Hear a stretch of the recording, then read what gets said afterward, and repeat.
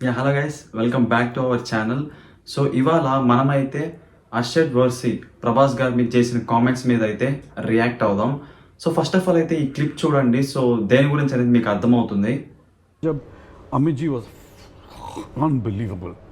I can't understand that man यार. I cannot understand that man. I swear जितना power उन्हें ना थोड़ा सा मिल जाए ना लाइफ बन जाए. He is unreal यार.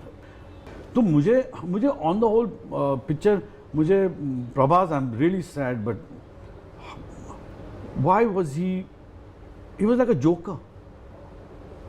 Why? You know, I want to see a Mad Max here. I want to see Mel Gibson over there. तुमने उसको क्या बना दिया यार? क्यों करते हैं ऐसा? नहीं समझ में आता है. అడ్రస్ చెప్పు నీది ఒకసారి. అడ్రస్ పెట్టు, నాకు పెట్టు అడ్రస్ పెట్టు, ఫాస్ట్ పెట్టు అడ్రస్. నువ్వు నాకు అడ్రస్ పెట్టు. నా కొడక ఎవడరా నువ్వు? నాకు అర్జున్కి అడ్రస్ పెట్టాలి. నువ్వు అడ్రస్ పెట్టు. ఫస్ట్ ఆఫ్ ఆల్ అయితే హర్షద్ వర్సి గురించి ఒక చిన్న ఇంట్రడక్షన్ ఇద్దాం. ఇదైతే ఎలివేషన్ కోసం కాదండి. సో మనకి అసలు ఇతను ఎవరో కూడా తెలియదు కదా. సో ఇతను ఎవరో తెలుసుకోవడం కోసం ఒక చిన్న ఇంట్రడక్షన్. సో ఇతనైతే బేసిక్గా బిగ్ బాస్ 1 హిందీలో ఒక హోస్ట్గా అయితే చేశారు. అట్ ది సేమ్ టైం కొన్ని మంచి మూవీస్ మీద కూడా వర్క్ అయితే చేశారు. లైక్ మనకి శంకర్ దాదా ఎంబీబీఎస్ హిందీలో వచ్చినప్పుడు శ్రీకాంత్ గారి క్యారెక్టర్ని అయితే ఇతను ప్లే చేశారు బాలీవుడ్లో.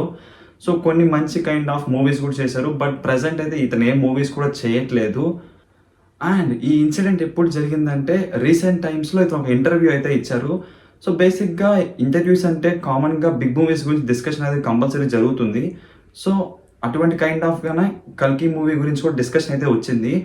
సో ఇతని పర్స్పెక్టివ్ గురించి చెప్పారు. సో అదైతే బాగానే ఉంది. లైక్ కల్కి మూవీ నచ్చలేదన్నారు. సో అది ఈచ్ అండ్ ఎవ్రీ ఇండివిజువల్కి పర్సనల్ డిసిషన్. సో దాన్ని మనమైతే అబ్జెక్ట్ చేయలేం. కానీ సో ప్రభాస్ గారి క్యారెక్టర్ అయితే ఈ మూవీలో జోకర్ లాగా అయితే ఉందని చెప్పారు.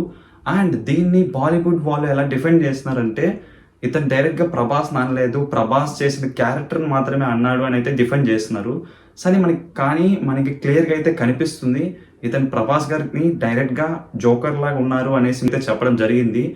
సో దాని మీద కొన్ని కైండ్ ఆఫ్ ఆబ్జెక్షన్స్ అనేది రైజ్ అయ్యాయి. దీనికి లేటెస్ట్గా నిన్న నాగశ్విన్ గారు అయితే రియాక్ట్ అయ్యారు దీని మీద. సో డైరెక్ట్గా అయితే రియాక్ట్ అవ్వలేదు, కానీ ఒక ఫ్యాన్ వేసిన ట్వీట్కి అయితే రీప్లేగా అయితే చెప్పారు. సో ప్రభాస్ గారిని కల్కి 2లో ఇంకా బెస్ట్ వర్షన్గా చూపించడానికి ట్రై చేస్తాను. సో ఇంతవరకు ప్రభాస్ గారిని ఎవరిని చూపించినంత రేంజ్లో అయితే చూపించడానికి ట్రై చేస్తానని అయితే చెప్పారు. So at the same time Nag Ashwin గారు అయితే సో హర్షద్ వర్సి గారు ఇటువంటి కైండ్ ఆఫ్ కామెంట్స్ని చేయకుండా ఉండాల్సింది. Okay, I will do my best for కల్కి 2 అన్నట్టుగా చెప్పడం అయితే జరిగింది. సో మేబీ ఈ ఇష్యూ అనేది కంటిన్యూ అవ్వచ్చు. బట్ హోప్ఫుల్లీ ఇది తొందరగా అయితే కంప్లీట్ అయిపోద్దని అనుకుంటున్నా. ఎందుకంటే ఇప్పుడు ఇతను చేసిన కామెంట్స్ ద్వారా కల్కి కానీ ప్రభాస్ గారికి కానీ జరిగే నెగిటివిటీ అయితే ఏం లేదు. ఎందుకంటే కల్కి అనేది ఆల్రెడీ రిలీజ్ అయిపోయింది అండ్ మోర్ దెన్ 1200 crores అనేది కలెక్ట్ చేసింది.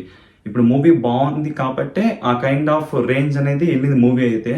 సో ప్రజెంట్ ఆల్రెడీ ఓటీటీ కూడా వచ్చేసింది మూవీ. సో ఇప్పుడు ఇతని కామెంట్స్ మూవీ మీద ఏమాత్రం కూడా ఇంపాక్ట్ చూపించదు కూడా for sure. So that's it guys this వీడియోకి. సో ఈ వీడియో కానీ మీకు నచ్చితే మాత్రం లైక్ చేయండి అండ్ మీ ఫ్రెండ్స్తో షేర్ చేయండి. That's it guys. See you guys in the next one.